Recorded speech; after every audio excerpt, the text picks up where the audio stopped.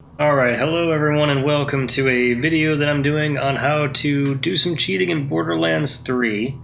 I'm going to go over some typical methods that I've used that I haven't really shown in great detail, which is going to be using code injection to actually be able to do different things in the game, like, infinite ammo, infinite shields, so on and so forth. And I'm going to go over how things are a little bit more complicated once you start doing those. But at the same time, it's a lot quicker. So we'll start off with what I've got. So if you go ahead and open up the process list here, and you select Borderlands 3 like I've done, you can actually even load my table if you want to. If you have version 7.1 or newer, you can go to check for mods and cheats for current process. And right here in Borderlands 3 Infinite Ammo and Shields, author of the table, that's me, you can load that and it'll pull in the table for you, and it's fairly simple.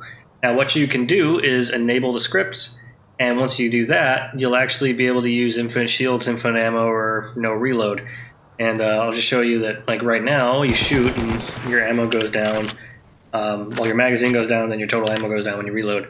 But if you turn on infinite ammo and no reload and infinite shields, you can actually shoot forever, and your ammo will never go down. Works for... Right now it works for pistols and SMGs only, but I've got to update the table when I get to some other guns, and then it'll be up there. Or, you know what, you can update the table yourself and do your own version once you see what I do. But here's basically how we do this. So I'm going to turn off all the cheats real quick. Well, I've got something shooting at me, so 2 seconds. Alright, now that that little problem's taken care of, so I'm going to turn off all 3 of the codes here. And disable the scripts, and we're going to start fully fresh on this. So I am going to do a few things that I know already to be true. So number one, I know that the value for the magazine here is actually stored as a 4-byte integer, and the value for total ammo, which is your magazine plus your reserve, is actually stored as a float. And that might actually make sense if you understand assembly a little bit, but we'll start off by finding our total ammo value, because that's the number one thing. So I know that's a float, so I'm going to search as a float here, and I'm going to add the 2 numbers, which gives me 77. Do the scan, shoot a couple times. I'm now up to 64, or down to 64 rather. Whoops. That was meant to be 74. All right, I'm going to shoot a couple more times. Now I'm at 71. Did this all wrong. Alright, now that that's taken care of, I'm going to go ahead and start on how we're going to find our values. And the way we do that is you have to first find the total ammunition count that you have. And you get that by adding your magazine bullets to your reserve bullets. And right now that's 61, if my math is correct. So I'm going to type in 61.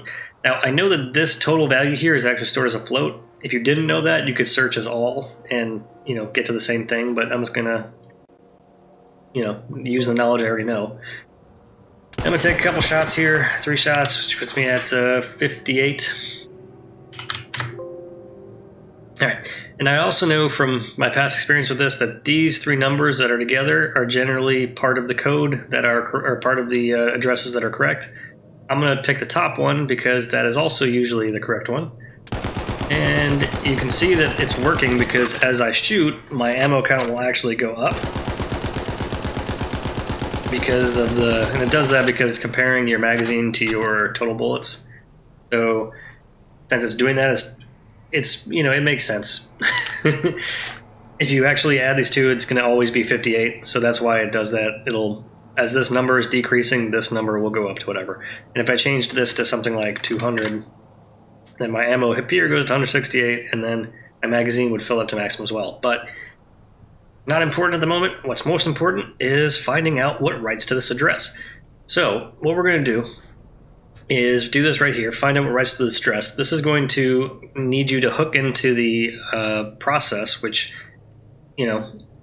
is sometimes, depending on the game, it may pick up that you're doing that and close the game. So there are ways around that and ways for it to not be not be detected, but in this case, we don't really care. Single player game, and it's working, so we're gonna go with it. Now, I shot 4 times, and we had 4 instances of this, so that matches up perfectly. So what we'll do is click Show Disassembler on this entry, and that will pull up this window here.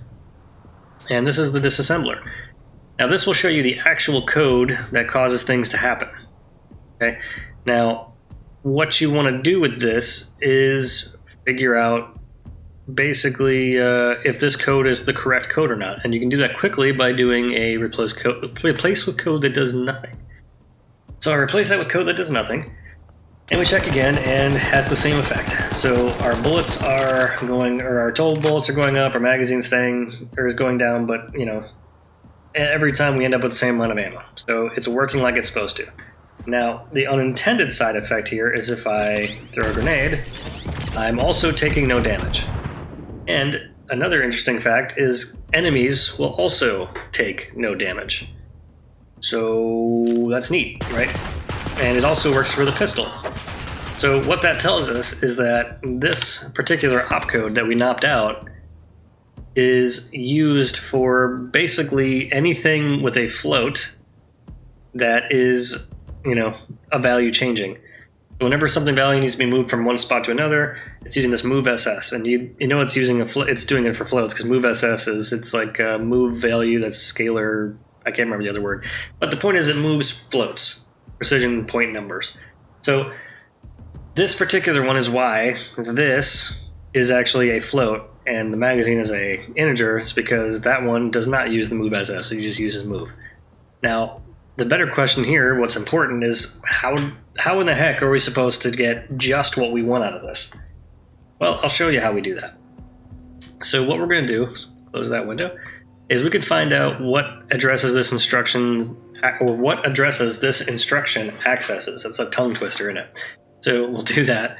We'll take a few shots, and what we'll find is that we get this value, which, hey look, these are the same. Neat. Now, if you left this going while you did different things, like, for example, threw a grenade, but in fact, let's try that. So let's find out what instruction addresses this instruction accesses. Man, that's hard to say. So do a couple shots with that, do a couple shots with a pistol, throw a grenade. Well, grenade didn't really matter, but it did do some damage, so that'll be something we can look at. And then we'll stop. Okay, so what we find here is this value looks a lot like our shields. So now we have the address for our shields. We also know a number for our pistol, which is 93. And now we have the address for that as well. And that's pretty much all we... Oh, we also have our health here. So there we go. We got a lot of interesting values here. So what we can do with that information is we can actually start to build a structure and dissect it to figure out what values are the same, what values are different, what thing are we actually looking for, right? So what we're going to do, oh, and actually we have the grenade value here too, so I can actually pop this up to grenades 3. Cool, done. So there we go. So what we need to do now is, like I said, we need to do some structures. So we'll go to Tools, Dissect Data Structures, or Control D, whatever you feel like doing. And we're going to start popping in these memory addresses. So we'll start with this one, which we know to be our pistol ammo. And we'll add some extra addresses. We'll do the next one, which we know to be our health, or rather our shields. Another address here. This value is our pistol ammo. This value is our health. I'll do another one, and I'll expand this window out. And then we know this one here. Stop it. This value here is our grenades. So there we go. We got grenades now. All right. So what we can do is define new structure. Now that we've got all these addresses in here, and we don't have to name any of these. It doesn't really matter. Blah. There it is.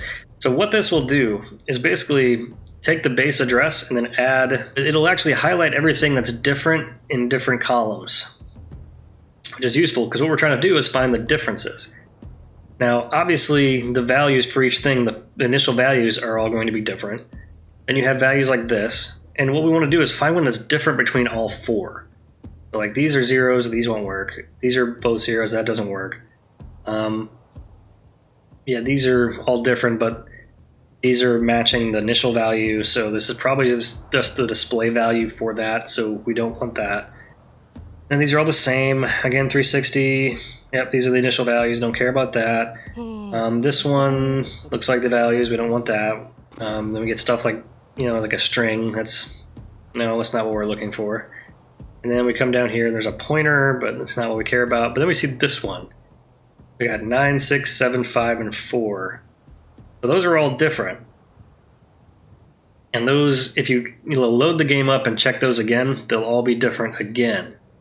And this is the value that we're going to be interested in. So, what do we do with that information? Well, the thing that we can do, instead of coming up here and do replace with code that does nothing, we can actually do a code injection with autoassemble. So we'll go to autoassemble, and then we'll go to template AOB injection. And what that'll do, call it cheater. So what that'll do is it will create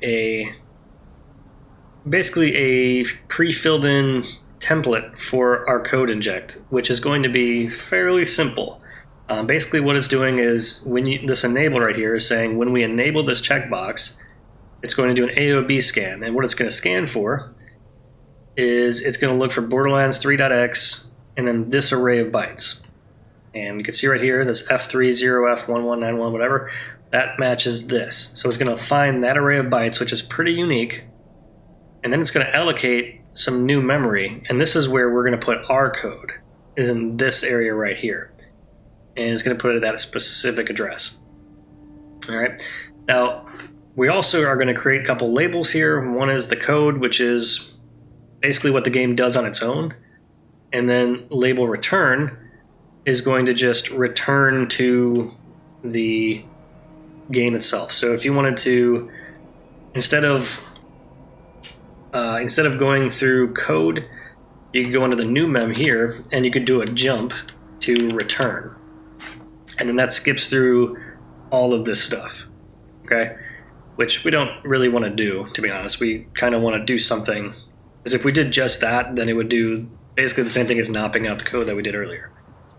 So we'll leave that blank for right now. And when you get done, when you put this in, the first thing you want to do is go to assign to current cheat table. If you execute, what that will do is execute the script, and you'll have no way to unexecute the script. So don't hit execute, just go to file, assign to current cheat table. All right, so now we've got our autoassemble script, and watch right here in the disassembler what happens when we check this box. All right, see that code disappeared. Instead, it was replaced with this symbol, which is cheater, and we have a different array of bytes, and then it has our code in it.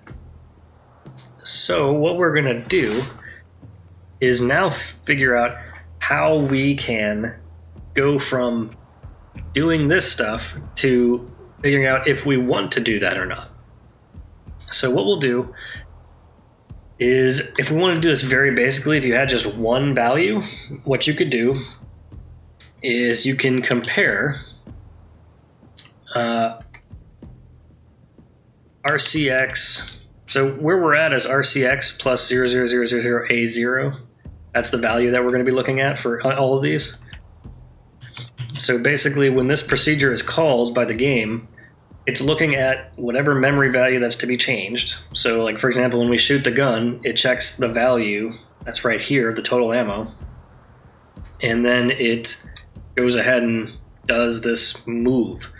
Now, if we compare something, what we want to compare is the 58th offset, which is right here, and see if it's a 9. If it's a 9, then we don't want to run this code, right?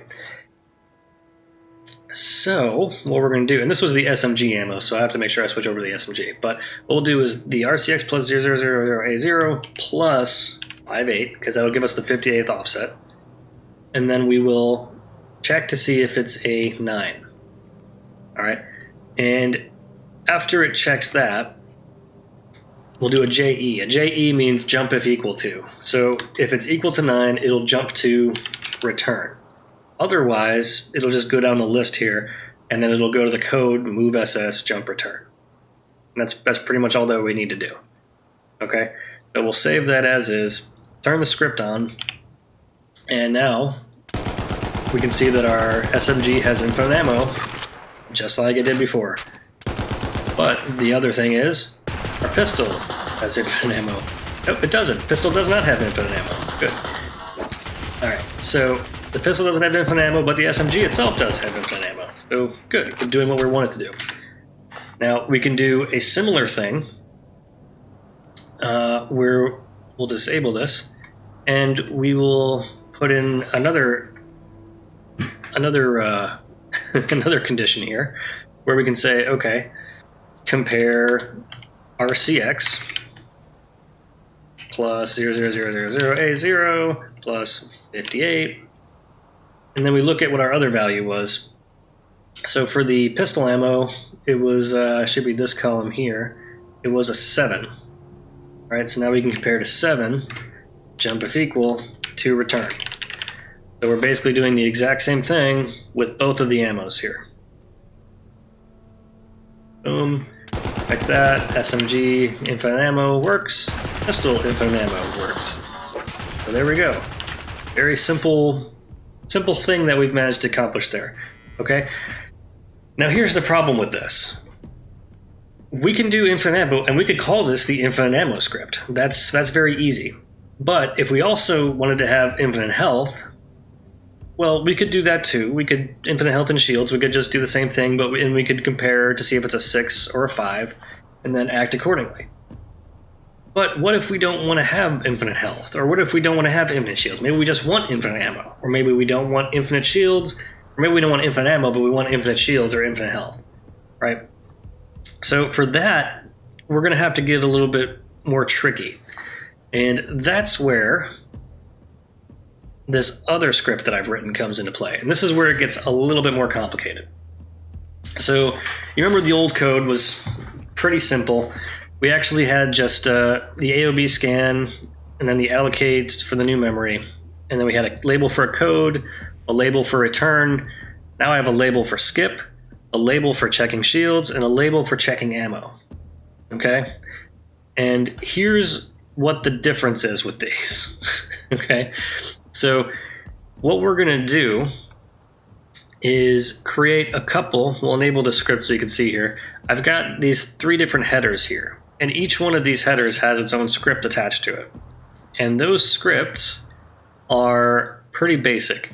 So for the shields, we're basically going to have enable. There's a shields procedure here, essentially, and then there's a data. It's a byte, so we set our data byte to 1 if this checkbox is enabled. When it's disabled, it's going to do the shields procedure, but it's also going to set that data byte to 0. Okay. So doing this sets that shields value to 1. Turning it off sets it to 0. All right.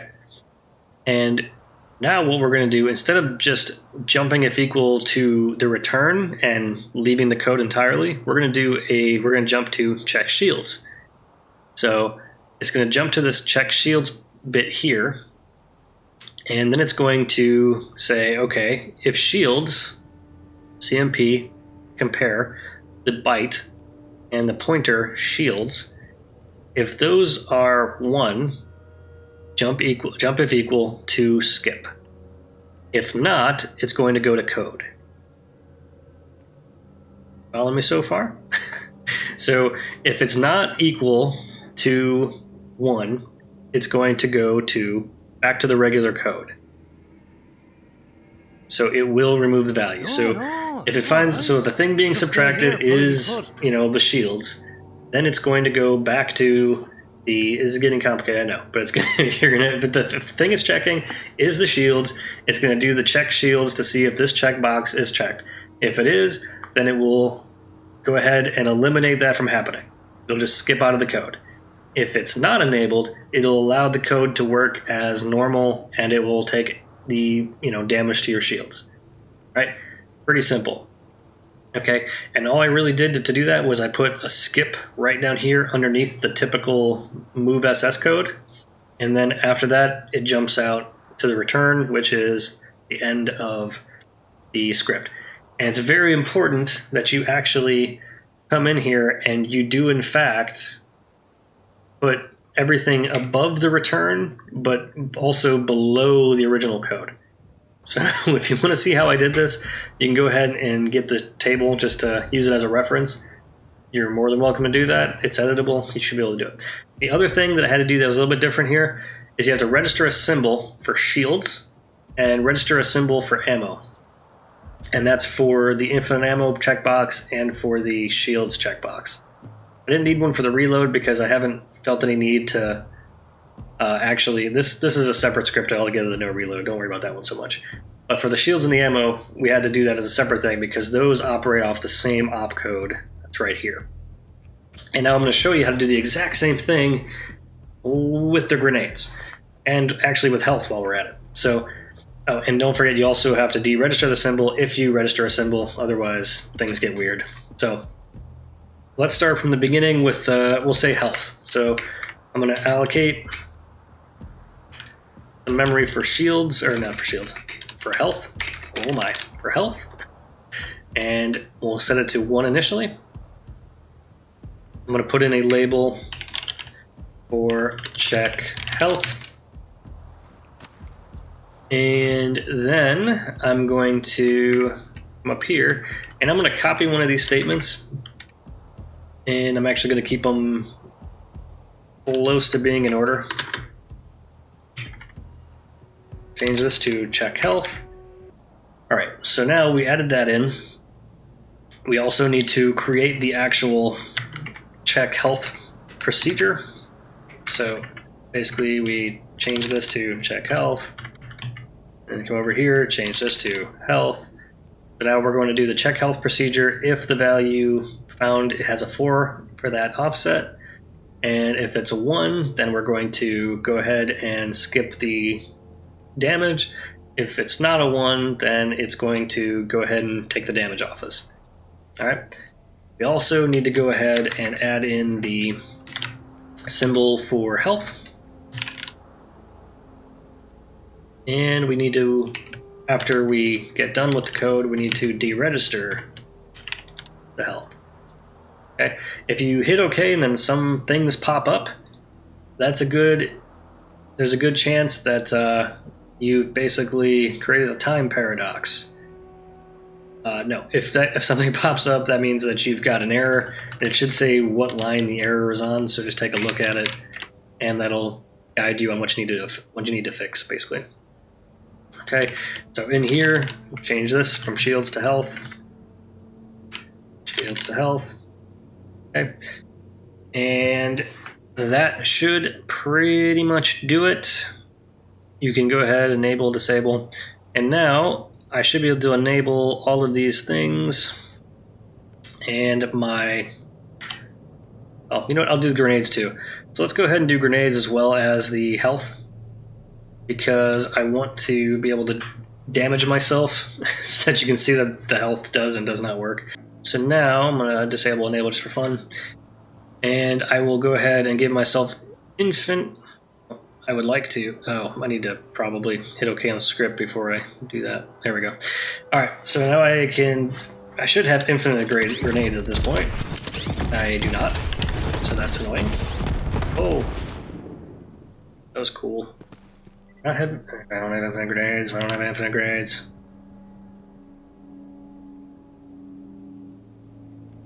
Four, right? I put 3. I put 3. I'm dumb.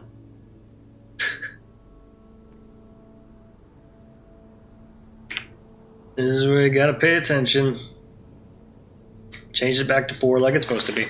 Okay, so now I'll have infinite grenades. There we go, infinite grenades. Alright, so as you can see here, I'm taking some shield damage. I'll do this to take more shield damage, more shield damage, more shield damage, more shield damage, and more shield damage, plus some health damage. Okay, so I've taken some shield damage, some health damage. Everything's good. I'm going to close some of the stuff to get out of my way. Alright, so we'll go ahead and activate the health code. And now, I'll sit here and throw these until I take enough damage to, you know, get my shields out of the way and make sure that, hey, look, I don't take health damage now either. Neat. And, unless I turn it on, I don't have any of these other things. There we go. Alright. So that's pretty much it. I'm actually going to go ahead and save my table. Well, I'm going to deactivate this, save my table. And I'm also going to show you here, I'm going to publish an update. So you all can get this table just the way I showed you earlier. And if you wanted to do that, that way you can have it for yourself. All right, so my table's up to date in here. You guys can take a look at that whenever you feel like it, if you want to use that one, or if you want to add to it or use it as a reference, go right ahead. If you're curious how I did this part right here, it's very simple. You go right-click the header, go to Group Config, and then you can do Hide Children. I also recommend doing this Deactivate this entry, deactivates its children, because if you turn these on and then you turn this off and then turn it back on, they're going to be in a kind of a weird state, so you have to turn them all on, turn them all off again. So the best thing to do is, you know, use this deactivate children when you deactivate the scripts, just because that way they'll kind of clean things up when you're all done. But at any rate, I can show you the no reload. It's basically the exact same thing as I did for the infinite health and everything. It's just I did it with the no reload. So I mean, you can even look at it as it's the exact same basic script, except in this case I just knocked out the code instead of you know, doing a comparator for it. It wasn't really necessary. But yeah, the scripts are all there. Take a look at it as you wish, and hopefully you guys enjoy that and have fun with it. Yeah, if you guys like this, if this was helpful to you, if you learned something, please like, comment, and subscribe, all those good things. And hey, sharing is caring, so please share this with some other people you know that might be interested in it. And until the next time, try not to die.